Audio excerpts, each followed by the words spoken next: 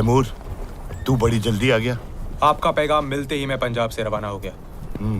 लेकिन अब्बू, एक बुरी खबर लाया हूँ।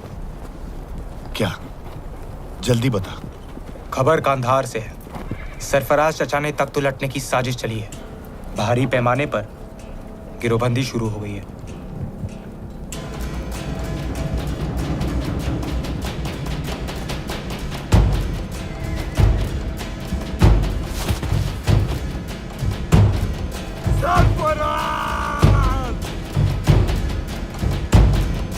सरफराज!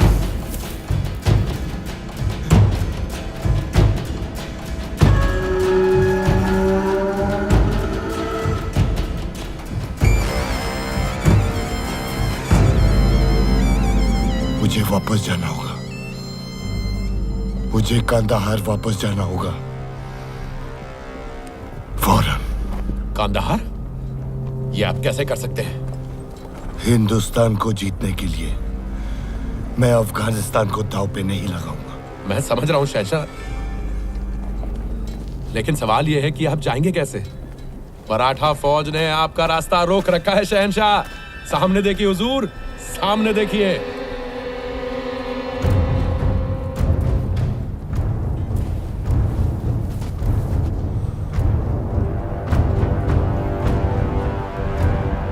लेकिन अगर मैं इस जंग में फंसा तो कांदाहार हार जाऊंगा।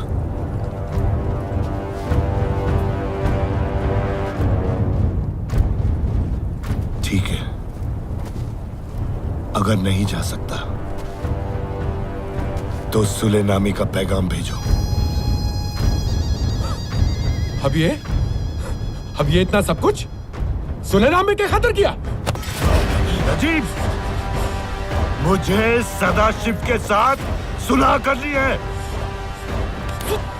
इंतजाम कर।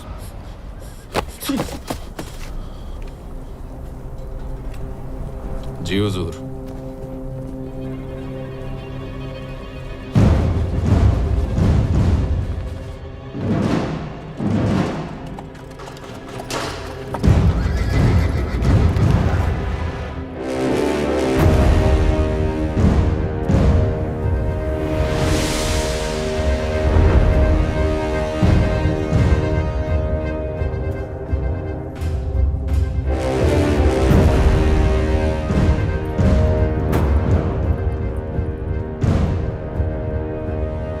शहंशाह अफगानिस्तान दुर्रे दुर्रानी अहमद शाह अब्दाली।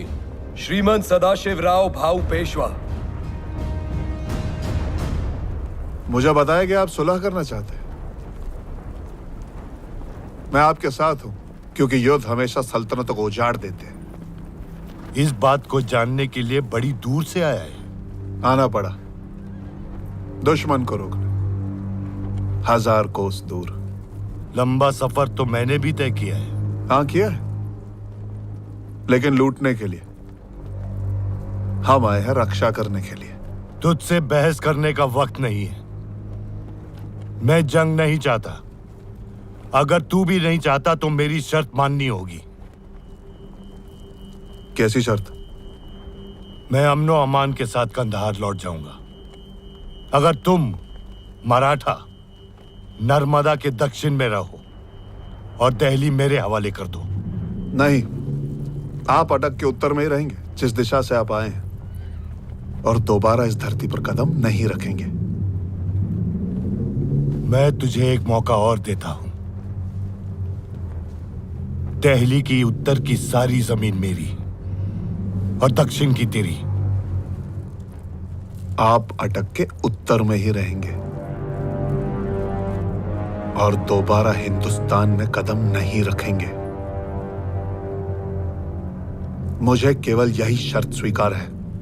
जहां मैं खड़ा हूं वहां से उत्तर का सब मेरा, बाकी सब तेरा। नहीं। मुनासिब बात कर बच्चे, नहीं तो मेरी मुहिम बेईमानी हो जाएगी। और मेरी मुहिम बेईमानी हो जाएगी अगर एक घुसपैठिया हिंदुस्तान की मिट्टी पे बना रहता है। और आप इस समय जिस धरती पर खड़े हैं ना, वो मराठा साम्राज्य ही है।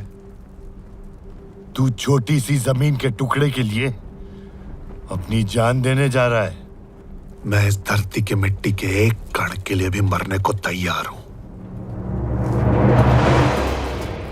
ठीक है, तो फैसला यहीं कर लेते हैं। कीजिए फैसला। शहंशाह, श्रीमंत, ये सुलह का शामियाना है, सौदे का। लड़ने के लिए तो पानीपत का सारा मैदान तैयार पड़ा है।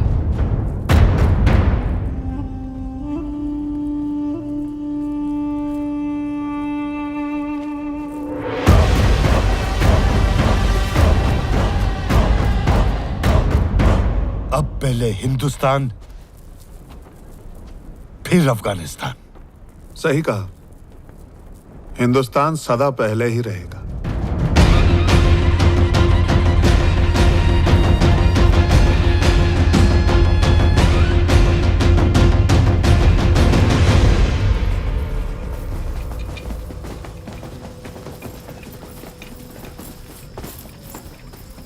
खबर है कि मराठा कल जंग के लिए तैयारी कर रहे हैं।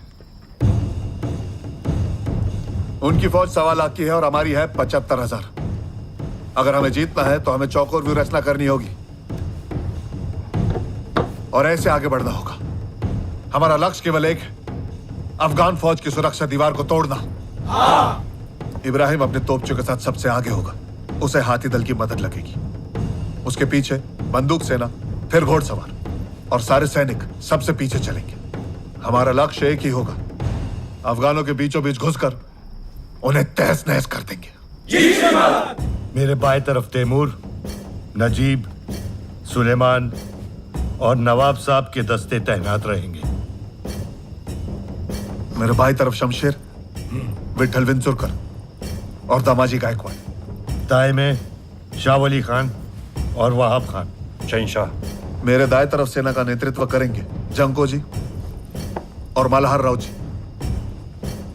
हमेशा की तरह मैं पीछे से जंग पे निगाह रखूंगा। एक दस्ता हमेशा मेरे साथ रहेगा।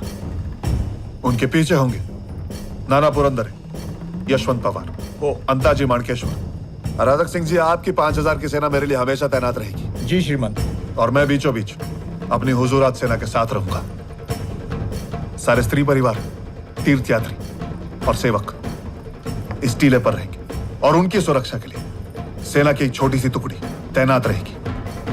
अपने अपने सेनाओं को तैयार करो।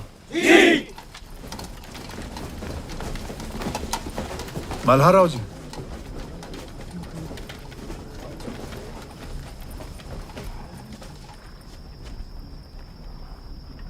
अगर अनहोनी हो जाए तो सारी स्त्रियों को सुरक्षित स्थान पर पहुंचाना आपकी जिम्मेदारी है।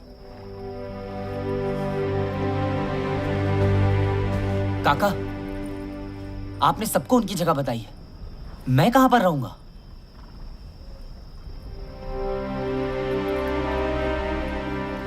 मैं कहीं नहीं जा रहा हूं। तुम वापस जाओगे विश्वास, पीछे के रास्ते से। कोई नहीं देख पाएगा तुम्हें। नहीं, मैं आपके साथ लड़ूंगा। तुम नहीं लड़ोगे, तुम मेरी जिम्मेदारी हो। मैं किसी की जिम्मेदारी नहीं हूं। पुणे में मां मेरी रक्षा करती है, यहां पर शमशेर काका और आप। मुझे अपनी मातृभूमि की रक्षा करने का अवसर कब मिलेगा? हम तुम्हारी रक्षा इसीलिए करते हैं क्योंकि तुम एक पेशवा हो। ठीक कहते हैं, लेकिन अगर आप मेरी रक्षा करते रहेंगे तो मैं पेशवा कैसे बन पाऊंगा?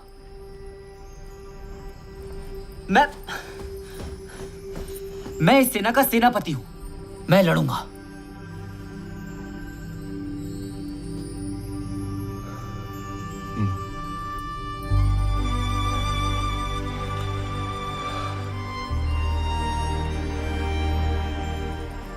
ठीक है,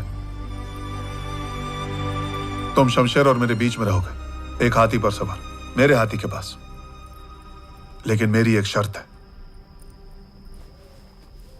तुम कभी भी अपने हाथी से नीचे नहीं उतरोगे।